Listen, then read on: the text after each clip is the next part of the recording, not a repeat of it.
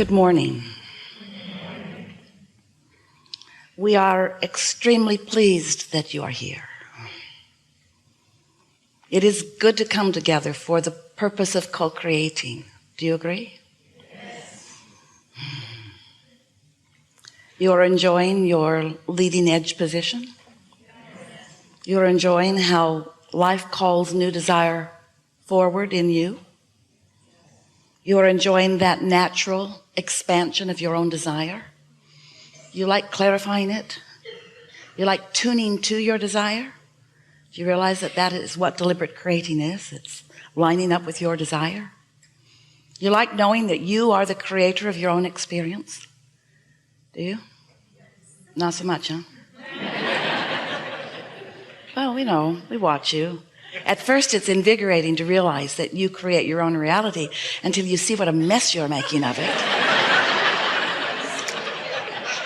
And then you'd like to blame someone else. Mother, it's mother. It's mother. Well, we like knowing that you create your own reality, and we like you knowing that you do. And the more consciously aware you are of that, then the happier your day-to-day experience is. The less you need things around you to be a particular way so that you can merely observe good feeling things and feel good. The less you do of that, then the more powerful you are really, because the more ability you have to keep yourself steady anyway. So many people are living very conditional lives where their moods or attitudes follow their observation of things. And then they set out really fervently attempting the impossible, which is to control the conditions around them so that they can have some measure of control about how they feel. But it doesn't work that way. It doesn't work out well for them. And we want you to not be among those conditional observers of life. We want you to let your observation please you, because it's from that observation that you come to your own conclusion of your own preferences. But once those preferences have hatched within you, once you begin to have ideas of what you want, then it's a matter of deliciously focusing and feeling yourself aligning with your desire while you feel law of attraction responding to your focus and the momentum of your desire building within you even before it manifests. If you could get hooked on that, we're calling it that sweet spot, that feeling of your desire in the process of becoming, even before it's had that last bump in the manifestation. If you could love it in the becoming, then, the satisfaction that you're going to feel when it becomes is going to knock your socks off. And not only that, not only are you going to have so much more satisfaction as it unfolds, as it makes that last movement into where you can see it and hear it and smell it and taste it and touch it, but all the way along the way, even before it was visible to you, it was known to you by your enthusiasm for it. It was known to you by your appreciation of the idea of it, but it was not visually translatable quite yet. You couldn't hear it or see it or smell it or taste it or touch it, but you still felt the joy of its becoming. That is our desire for you, because you are, we all are, but we're talking to you. You are always going to be in a state of on your way to the manifestation of something more. And if you have developed a habit of being unhappy till you get there, then not only do you make your life miserable as you're always yearning for something not yet achieved, but you slow it way, way, way, way, way, way down. And then you have to develop qualities. You're not very good at this either, such as patience and endurance. We don't want you to be patient. We want you to be joyously romping full force toward the things that you want, because the cooperative components of the universe are doing that on your behalf. So there are some questions that you must have about why you would hold yourself in vibrational discord to a natural and swift unfolding of your desires. And we can speak it to you simply by just saying you offer opposing thoughts about your desires. And those opposing thoughts that you offer about your desires You might call them beliefs. I want this, but I just don't believe it. And usually the reason you don't believe it is because you haven't witnessed yourself experiencing it before. And so the belief that you hold is laced in so much opposition to your desire that the term for that state of consciousness has to be doubt. I want this, but I doubt it. Well, when you want something and doubt it, you hold yourself in a very uncomfortable tension. And of course, you're not wanting it and doubting it in the same moment, because you can't hold that convoluted of a thought till it manifests and you observe it, because you're thinking one thought at a time, really. So when you are thinking of something that you desire, the question is, how does it feel when you're thinking the thought?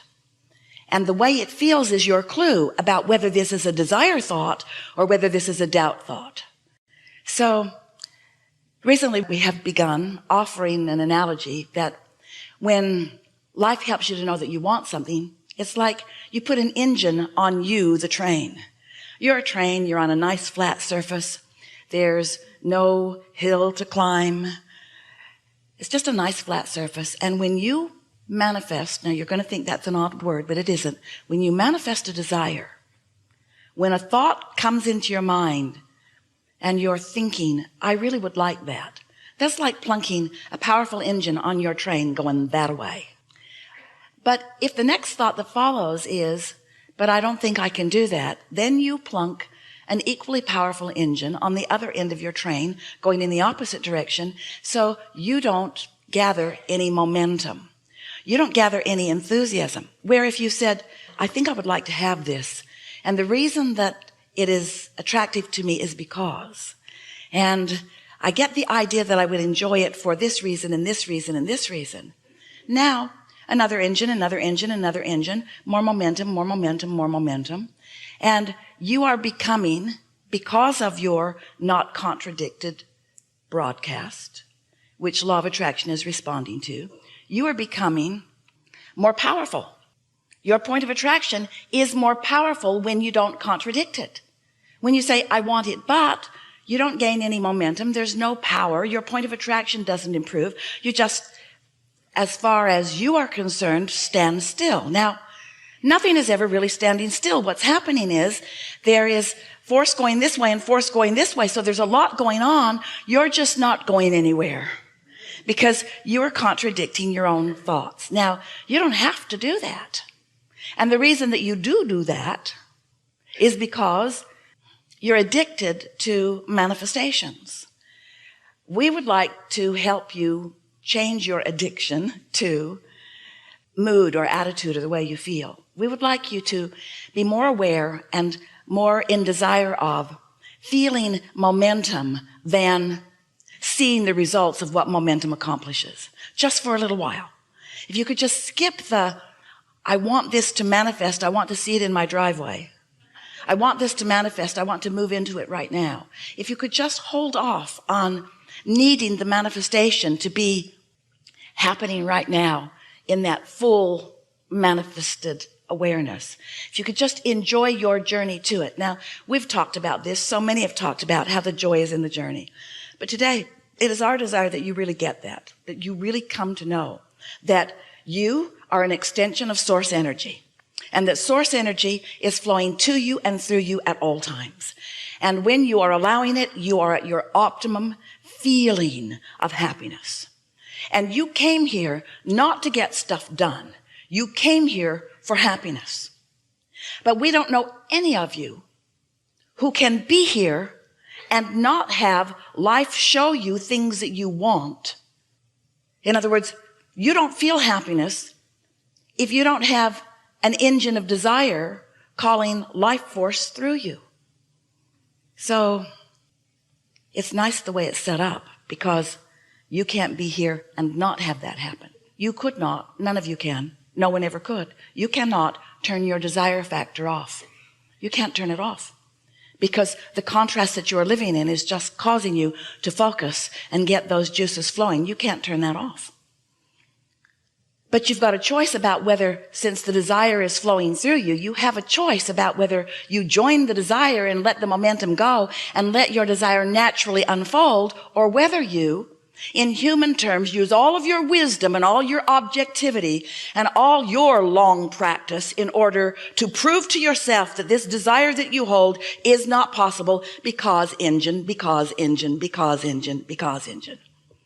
You are too smart for your own good. You've gathered up too much fact to contradict your own desires. When you're little, you don't, though. When you're little, you just want unabashed until the big ones get you. Till they teach you objectivity, till they teach you what real life is about, till they teach you that you just don't get what you want just because you want it. But that's just their point of view. So we are eager to talk with you about whatever matters to you. There's nothing off limits here, and there is no order of business in the sense that it must be a particular way. It's going to be a natural, organic, collective consciousness unfolding. It is our absolute knowing that together we are going to take thought beyond what it has ever been before, which is thrilling to us and to many of you. It is also our knowing that during the course of this time that we are together, that in some cases, much of the resistance that you've been practicing without even knowing you were doing it is going to begin to subside, and your natural momentum toward who you really are and what you really want will come about. Since you've been here in this physical body, you've been exploring and coming to many conclusions about what you want. And you've been launching these projections. We've been calling them rockets of desire, but you've been transmitting this vibration, not even spoken, a transmission of desire that is more refined even than words can sometimes articulate it.